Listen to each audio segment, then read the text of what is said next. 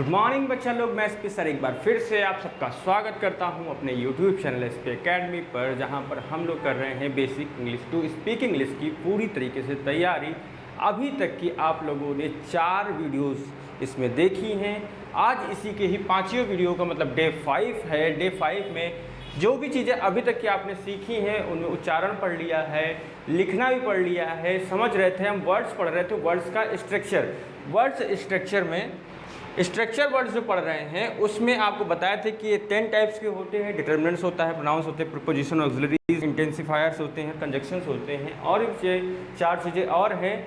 इससे पहले कि आप सारी चीज़ें जान चुके हैं, आज हम देखते हैं कि इन स्ट्रक्चर वर्ड्स को कैसे पहचाना जाता है और ये किस प्रकार से सेंटेंस के अंदर यूज होते हैं। तो अभी तक कि आप लोगों ने जिन्होंने भी वीडियोस नहीं देखी हो, शुरुआत से वीडियो देखे जा करके, स्टार्टिंग से मैंने बेसिक से पढ़ाई है, ABCD से चल रहे हैं इंग्लिश को लेकर के, और वो भी हिंदी में। तो मैं पूरी कोशिश कर रहा हूं कि आप लोगों को इसके बाद इंग्लिश के लिए कहीं भटकना ना पड़े, इसलिए सारी चीज़ें मैं दे दूंगा। जो भी चीज़ें आपने अभी तक नाम तक भी नहीं सुना होगा वो भी चीज़ें आपके सामने मिल जाएगी। जैसे कि ये स्ट्रक्चर वर्ड ही है। तो स्ट्रक्चर वर्ड्स क्या होते हैं मैंने आपको बताया था, जिनमें अफिक्सेस क्या होते हैं,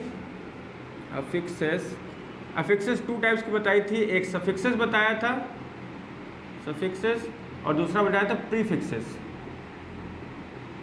तो सफिक्सेस क्या होती है, जो पीछे लगती हैं, प्रीफिक्सेस क्या होती हैं, जो आगे लगते हैं। और इनके लग जाने से जो वर्ड होता है उसका जो स्ट्रक्चर है वो तो चेंज होता ही होता है, फिर उसके साथ साथ उसका मतलब भी चेंज हो जाता है।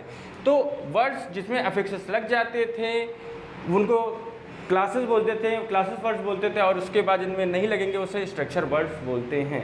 तो स्ट्रक्चर वर्ड टोटल 10 प्रकार के होते हैं, 10 प्रकार के होते हैं। क्या क्या देख लेते हैं। तो सबसे पहला पॉइंट है डिटर्मिनर्स क्या होते हैं। डिटर्मिनर्स किसे कहते हैं, तो जिनके बाद किसी नाउन का प्रयोग होना आवश्यक होता है। मतलब ऐसे वर्ड्स होते हैं कि जिनके बाद नाउन लगना ही लगना है। नाउन जानते ही होंगे, noun is the name of person, place और थिंग। मैंने कहा था कि आप लोग गूगल पे सर्च करके देख लीजिएगा नाउन क्या होती है, एडवर्ब क्या होती है, नॉर्मल चीज़ें हैं। अगर नहीं होगा तो आप कमेंट करिएगा, मैं वो भी करा दूंगा।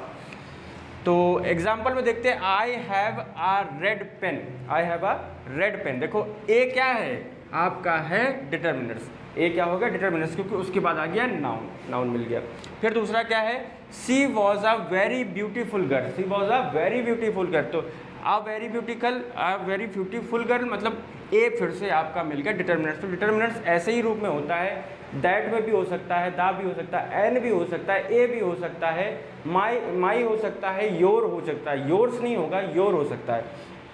तो जिनके बाद में नाउन आते हैं वो सब क्या कहलाते हैं, डिटर्मिनर्स कहलाते हैं। मेरे ख्याल से आप समझ गए होंगे। इसके बाद सेकंड देखते हैं प्रोनाउंस। प्रोनाउंस सब जानते हैं, जो नाउन्स की जगह पर यूज किए जाते हैं उन्हें क्या कहते हैं, प्रोनाउंस। जैसे कि I, me, mine, we, us, you, yours. देखो यहाँ योर्स है, इसमें योर्स नहीं होगा। तो प्रोनाउंस हैं किसी नाउन के स्थान पर प्रयुक्त होते हैं, यही सब क्या कहलाते हैं, प्रोनाउंस कहलाते हैं। इनको पहचानना सबसे ज़्यादा आसान होता है। तो इतने एग्जांपल्स में से कुछ भी मिल जाता है तो आप पहचान लेंगे।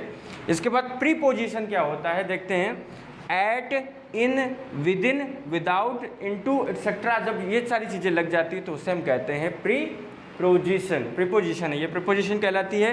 नेक्स्ट देखते हैं ऑक्सिलरीज क्या होती है। ऑक्सिलरीज मैंने बताई भी थी, ऑक्सिलरीज क्या होती है, is, am, are, was, were, do, does, did, can, could, may, might, etcetera. ये सारी हेल्पिंग वर्ब जहाँ भी मिल जाती हैं उन्हें हम कह देते हैं ऑक्सिलरीज। ओके, ये ऑक्सिलरीज कहती है। मॉडर्न इंग्लिश चल रही है, देखो ट्रेडिशनल इंग्लिश पीछे वाली, ट्रेडिशनल इंग्लिश अलग है, मॉडर्न इंग्लिश अलग है। तो मॉडर्न इंग्लिश पे हम लोग पढ़ रहे हैं, तो कोई भी ये कंफ्यूज ना हो कि सर ये सारी चीज़ें तो उसमें आती थी टेंस में। देखो बेटा, टेंस में आती थी, वो सब ट्रेडिशनल था, अब क्या है मॉडर्न में है। तो मॉडर्न इंग्लिश में आप जब पढ़ते हैं तो मॉडर्न इंग्लिश में ये सारी चीज़ें ऐड कर दी जाती है, और अभी आप लोगों के लिए नीड जो है वो मॉडर्न इंग्लिश की है।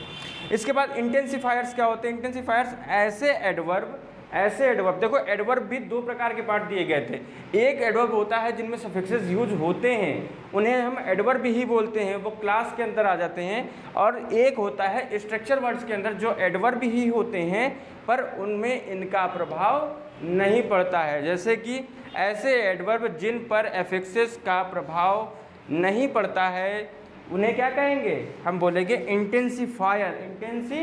मैं इसकी एक्सरसाइज दूंगा, आप लोग सॉल्व करके देखिएगा। इंटेंसिफायर जैसे very, more, too, most, etcetera. तो मतलब किसी चीज़ की क्वालिटी बताने के लिए एडवर्ब यूज किया जाता है, तो उसी प्रकार से इनमें क्या होगा, इसमें एफ एक्सेस का कोई भी प्रभाव नहीं पड़ेगा, इसलिए इन्हें स्ट्रक्चर वर्ड्स के अंतर्गत रखा जाता है। कंजक्शंस क्या होते हैं?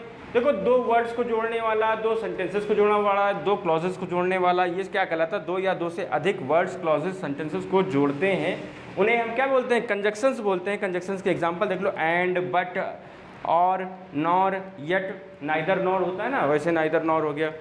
यू एंड मी, ऐसा जोड़ दिया, दो वर्ड जुड़ गए। You can do but you can't, ये भी हो गया। तुम कर सकते हो बट तुम नहीं कर सकते। और ये और भी कैसे जोड़ सकते हैं? यस और नो ऐसे जोड़ सकते हैं। नॉर के लिए भी यूज किया जाता है, येट भी यूज किया जाता है। तो ये सारे वर्ड्स होते हैं, ये सब कंजक्शन वर्ड्स कहलाते हैं। कंजक्शन वर्ड्स का मतलब होता है दो वर्ड्स, दो सेंटेंस या दो क्लॉजेस को आपस में जोड़ने का काम करता है, उसे हम कहते हैं कंजक्शंस वर्ड। तो इन्हें आप अपनी कॉपी पे जल्दी से नोट कर लीजिए। अब इसके बाद के जो 4 बचे हुए हैं उन्हें भी हम जल्दी से देख लेते हैं। 6 स्ट्रक्चर वर्ड्स आपने देख लिए। अब आते हैं स्ट्रक्चर वर्ड 7 पे, जैसे इंटरजेक्शन बोलते हैं। कंजक्शन के बाद आता है इंटरजेक्शन। इंटरजेक्शन की बात की जाए तो आप पहचान सकते हैं इन्हें, अलाश, हुर्रे, आह, हेलो। देखो, एक्सक्लेमेटरी वाले जितने भी सेंटेंसेस जिन्होंने देखा होगा, जिनके बाद में ये लगता है एक्सक्लेमेटरी साइन लगता है, इन सारे वर्ड्स को हम कह सकते हैं कि इंटरजेक्शन वर्ड्स होते हैं। सिंपल है, पहचान सकते हो, क्योंकि अलाश के बाद भी लगेगा, हुर्रा के बाद भी लगेगा, आह के बाद भी लगेगा, और हेलो के बाद भी यही ही लगता है। तो आप पहचान सकते हैं इंटरजेक्शंस क्या होते हैं, एक्सक्लेमेटरी सेंटेंसेस में यूज होते हैं। सेंटेंस कंडक्टर क्या होता है? देखो, अभी तक अभी देखा था ना, कंजक्शन यूज़ किया था, तो वैसे ही ये सेंटेंस कनेक्टर्स क्या होंगे? सेंटेंस को जोड़ते हैं। कैसे जोड़ते हैं? Hence, so, but, yet. मतलब किसी तरीके से दो वर्ड को, you can do it, hence you can, something like that. जो भी आपको लगे सेंटेंस कनेक्टर, वो उस तरीके को सेंटेंस को कनेक्ट करने के लिए यूज किया जाता है, उन्हें सेंटेंस कनेक्टर्स बोलते हैं। सब ऑर्डिनेट्स की बात करें तो subordinate because, before, till, whether, etcetera, ये क्या होते हैं? सब ऑर्डिनेट क्लॉज के आने का संकेत देते हैं। सब ऑर्डिनेट क्लॉज के आने का संकेत देते हैं। इसका मतलब क्या हुआ? जैसे कि example, he did not go to school because he was ill. यहाँ पे बिकॉज क्या है? बिकॉज है आपका सब ऑर्डिनेट। क्लॉज की बात करें, सब ऑर्डिनेटर्स है, ये सब ऑर्डिनेटर्स है, क्योंकि इसने बताया ही वॉज इल। ही वॉज इल मतलब दूसरा जो क्लॉज है सब ऑर्डिनेट क्लॉज के आने का, इसने क्या बताया? संकेत दिया, एक कारण दे रहा है। कारण क्लॉज मतलब कारण दे रहा है कि एक कारण बता रहा है कि इसके बाद कोई चीज़ रीजन है, रीजन की वजह से ही वो नहीं आया है। क्वेश्चन वर्ड सभी लोग जानते होंगे। क्वेश्चन वर्ड क्या होता है? Who, what, why, how, where, when, ये सब क्वेश्चन वर्ड्स होते हैं। इन्हीं की वजह से पहचाना जा सकता है कि ये क्या है, ये भी स्ट्रक्चर वर्ड्स के अंतर्गत आते हैं। तो ये टोटल 10 स्ट्रक्चर वर्ड्स हैं। आज की क्लास के लिए सिर्फ इतना ही, क्योंकि 10 आपके पास स्ट्रक्चर हो गए हैं। इससे पहले जितना है, देखो अब कर लो इसका रिवीजन। अब जा करके स्टार्टिंग से लेकर पहली वीडियो से जिन्होंने बिल्कुल नहीं देखा है, वो स्टार्टिंग से पहले से 5 वीडियो तक देख लीजिए। 5 वीडियो जो है बेसिक क्लास की थी। बेसिक क्लास वर्ड्स के बारे में आपने जान लिया, कौन सी चीज़ क्या होती हैं। अब हम लोग आते हैं टेंसेस की तरफ धीरे से, क्योंकि नेक्स्ट क्लास जो आपको मिलेगी उसमें आप टेंस पढ़ेंगे। टेंस में जानेंगे कि किस तरीके से हम लोग आगे की चीज़ें करने वाले हैं, और अब हम बहुत ही तेज़ी से बढ़ेंगे, इसलिए मैंने थोड़ा टाइम भी दिया था आप लोगों को। अब 5वीं क्लास कंप्लीट हो गई है। यहाँ से हम लोगों ने सारे वर्ड्सों के बारे में जान लिया कि वर्ड्स बनते कैसे हैं, लिखते कैसे हैं, उनको बोला कैसे जाता है, उच्चारण कैसे किया जाता है। अभी भी अगर किसी को किसी भी चीज़ में दिक्कत आ रही है, अगर एक्सेंट में दिक्कत आ रही है, देखो एक्सेंट होता है, बात देखो दो होती है, एक ब्रिटिश एक्सेंट होता है, एक अमेरिकन एक्सेंट होता है। काफ़ी लोग पढ़ाने वाले होते हैं, ये सारी चीज़ें बताते हैं, ये है वो है। बेसिकली आपको इंग्लिश ही नहीं आती है, तो आप एक्सेंट क्या करोगे?